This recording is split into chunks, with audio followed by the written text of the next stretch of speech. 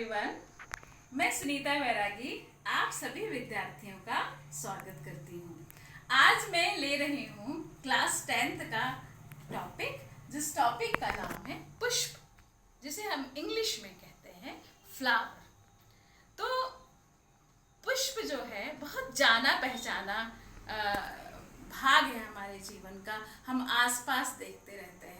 तो जब भी सभी के घर में आपने देखा होगा कि पूजन होती है, पूजन के लिए सबसे पहले आवश्यक चीज हम पुष्प तोड़ते हैं। तो पुष्प को कभी आप समझ पाते हैं? डिफरेंट डिफरेंट कलर के पुष्प होते हैं। तो ये आपके लिए थ्योरेटिकली भी है, सैद्धांतिक रूप से भी आपको पढ़ना चाहिए इसे, और प्रैक्टिकल में भी ये बहुत ही इम्पोर्टेंट होता है। तो सबसे पहले हम देखेंगे कि पुष्प क्या होता है, पुष्प को हम परिभाषित कैसे कर सकते हैं। तो पुष्प जो है वह पौधे का वह भाग है जो जनन में भाग लेता है। अब आपके अंदर क्वेश्चन आएगा कि जनन किसे कहते हैं? अपने समान संतति उत्पन्न करने की क्षमता को हम कहते हैं जनन। जैसे गुलाब का पौधा, जब आप गुलाब के पौधे से कलम काट कर लगाते हैं तो उससे गुलाब ही पनपता है और गुलाब के ही पुष्प आते हैं। अर्थात वह अपने समान जीव उत्पन्न करने की क्षमता रखता है। तो पुष्प क्या है? पौधे का वह भाग जो जनन में भाग लेता है। और कैसे परिभाषित कर सकते हैं? पुष्प एक रूपांतरित प्ररोह है।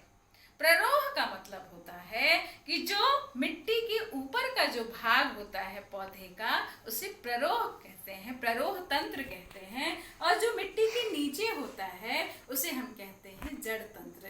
तो इस तरह से दो तंत्र पौधे में होते हैं। तो प्ररोह से ही रूपांतरित होकर पुष्प बनता है। अब पुष्प जो है, जब भी आप मेरे हाथ में आप देख रहे हैं क्या है, ये एक पुष्प है, ये गुलाब का पुष्प है। अब गुलाब के पुष्प में बहुत सारे भागों को आप देख पा रहे हैं। पीछे यदि हम देखेंगे तो इसमें एक फूला हुआ इसका अंग है। इस फूले हुए अंग को हम पुष्पासन कहते हैं। आप देख पा रहे हैं ये फूला हुआ अंग है, इसे हम पुष्पासन कहते हैं।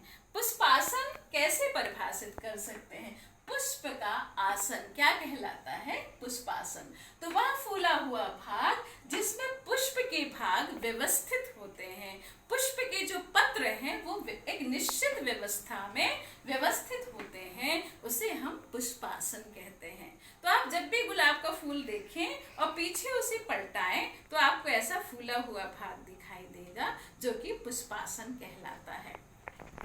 अब हम देखेंगे पुष्प की संरचना।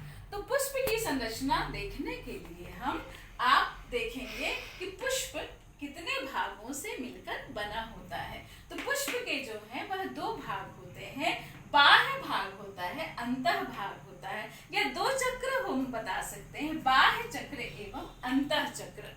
बाह्य भागों को हम सहायक अंग भी कहते हैं या उसे अनावश्यक अंग कहते हैं, जो केवल सहायता के लिए होता है, जनन में वह भाग नहीं लेता है, तो उसे हम सहायक अंग कहते हैं। अब सहायक अंग में कितने भाग होते हैं? सहायक अंग को हम दो भागों में बांट सकते हैं, बाह्य दलपुंज और दलपुंज। यहाँ देखें, ये जो पुष्प है ये डंठल से पौधे से जुड़ा हुआ रहता है। उसमें हरे रंग की पत्ती नुमा संरचनाएं दिखाई देती हैं। इन पत्ती नुमा संरचना का जो संग्रह होता है, कलेक्शन होता है, उसे हम बाह्य दल पुंज कहते हैं। यह हरे रंग का होता है। यदि हम एक इकाई देखेंगे इसकी, तो एक इकाई को हम कहते हैं बाह्य दल। इनकी संख्या जो है निश्चित होती है, प्रत्येक पुष्प में अलग अलग होती है और इनका आकार भी अलग अलग होता है। कभी ये कीपाकार होते हैं, कभी ये नलिकाकार होते हैं, कभी ये घंटाकार होते हैं। तो जब आप देखें कि ये बाह्य दलपुंज है, बाह्य दलपुंज जब देखें कि जब खुले होते हैं, दो तरीके से हो सकते हैं, ये आपस में जुड़े हुए भी हो सकते हैं और स्वतंत्र भी हो सकते हैं। तो जब ये खुले हुए हों, हम यहाँ पर देखें बाह्य दलपुंज बाह्य दल पुंज की जो इकाई है उसे हम कहते हैं बाह्य दल। और बाह्य दल जो है वह यदि फ्री है, मुक्त है एक दूसरे से, तो उसे कहते हैं हम पॉलीसेपलस।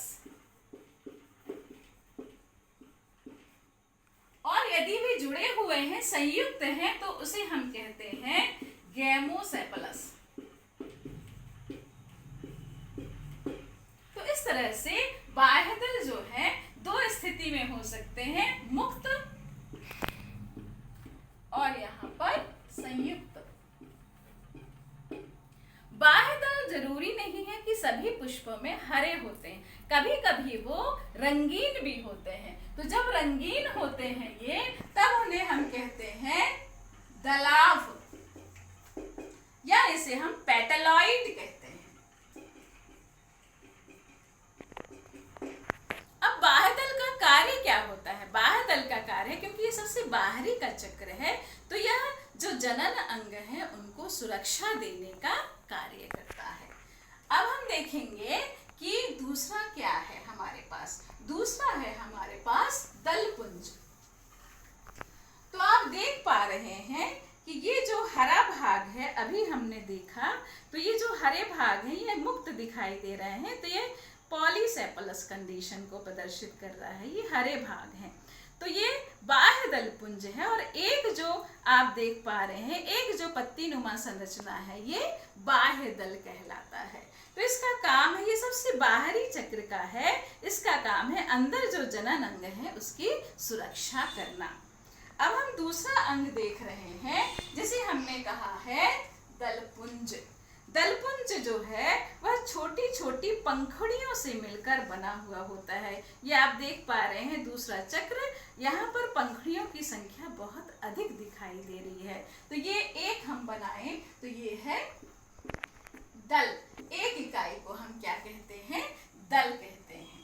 दलपुंज की एक इकाई दल कहलाती है, जो भिन्न भिन्न रंगों की होती है। कभी लाल आप देख सकते हैं, कभी पीला देख सकते हैं, इसमें आप गुलाबी देख रहे हैं, सफेद भी हो सकता है।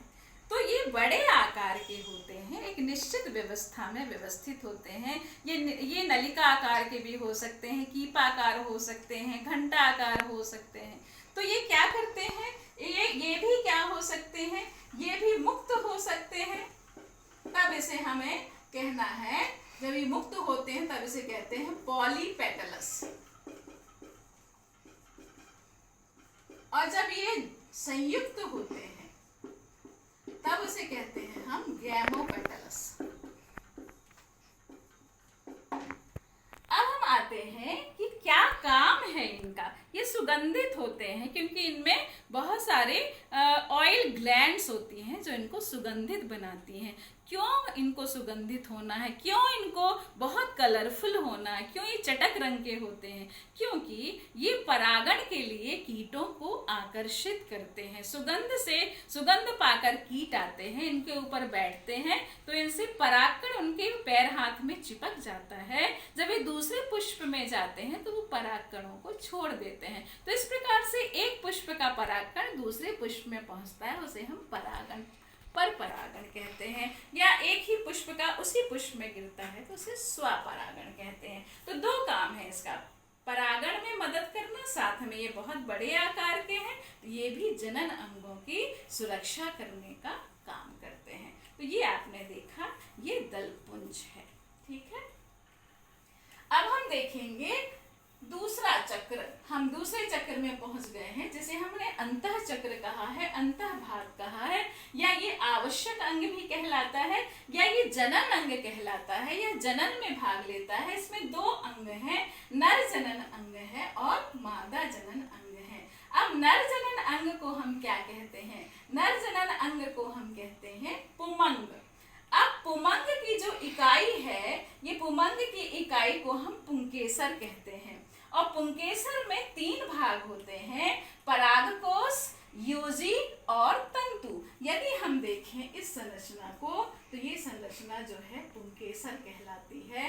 ये है परागकोश, जिसमें पीले रंग के छोटे छोटे परागकण भरे हुए होते हैं।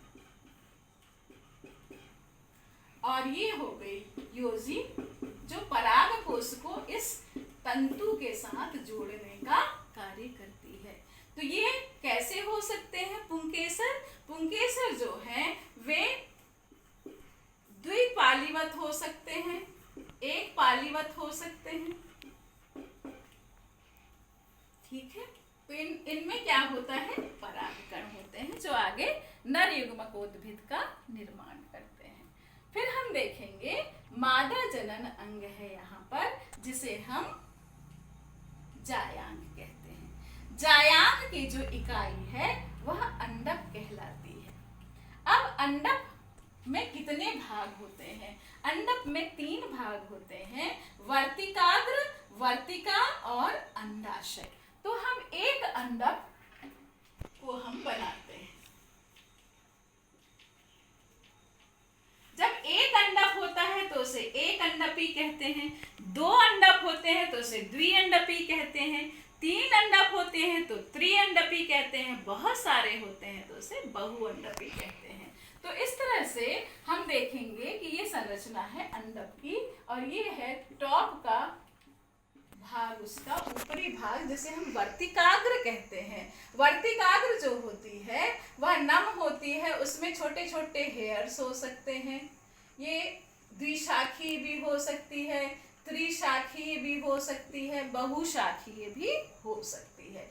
इसमें छोटे छोटे रोम होते हैं, नमी होती है, कुछ विशेष प्रकार के पदार्थ होते हैं जो उसको नम बनाते हैं। जब परागकण हवा के साथ आते हैं तो वर्तिकाग्र उसे ग्रहण करती है और वे वहीं पर चिपक जाते हैं।